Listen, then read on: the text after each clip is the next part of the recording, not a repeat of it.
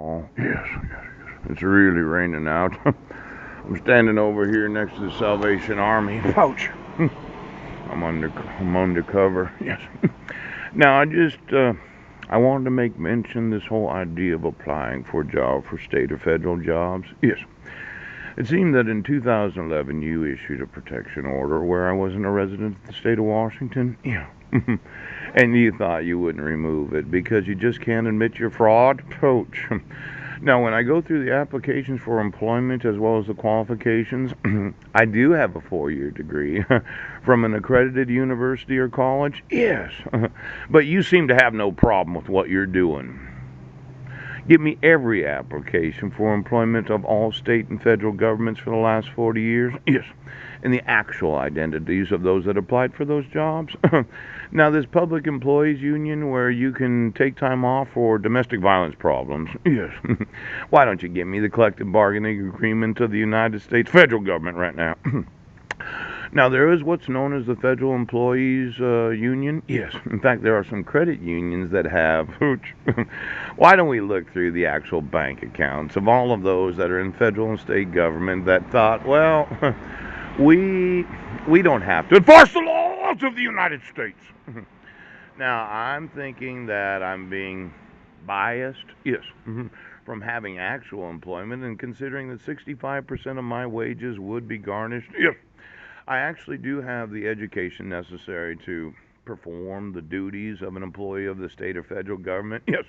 But when I inform you of forgeries, fraud, and unlimited amounts of liability, yes, you seem to think that I should be out here standing next to the Salvation Army selling cigarettes so that I can get $3 so as to buy some tobacco. Now, I'm getting a little upset at law enforcement's refusal to enforce the actual laws of the United States. Could you get me the MoneyGram? Pooch, the Western Union, yes, and then Walmart's brand of transferring money. You know, my grandmother had sent me some money when I was living at 1023 Kitchen Dick Road. Yes. But somebody had her buy one of these cashier's checks for approximately $125. Yes. And I actually called him. I said, well, she could have given me the same amount of money for 70 cents. Now, there seems to be this, well, it was elder abuse. As much as we dislike thinking about the aged being taken advantage of. Yes. But let's go through all the portals. Yes. At the Walmarts that have MoneyGram or their own personal brand of money transferring. Yes. And then the actual identities that have been transferring money back and forth, paying for the top secret family's way of doing things. Now, my Aunt Lori might remember. Poo-poo! She was the Walmarts, as if you could slice yourself to 1,000 different Walmarts and be on any of the actual customer service right now. This slicing technology that I have or have not told you about. See, in the International Budnik Intelligence Agency, I remember when Michael Bloomberg decided to slice himself and have a talk with me.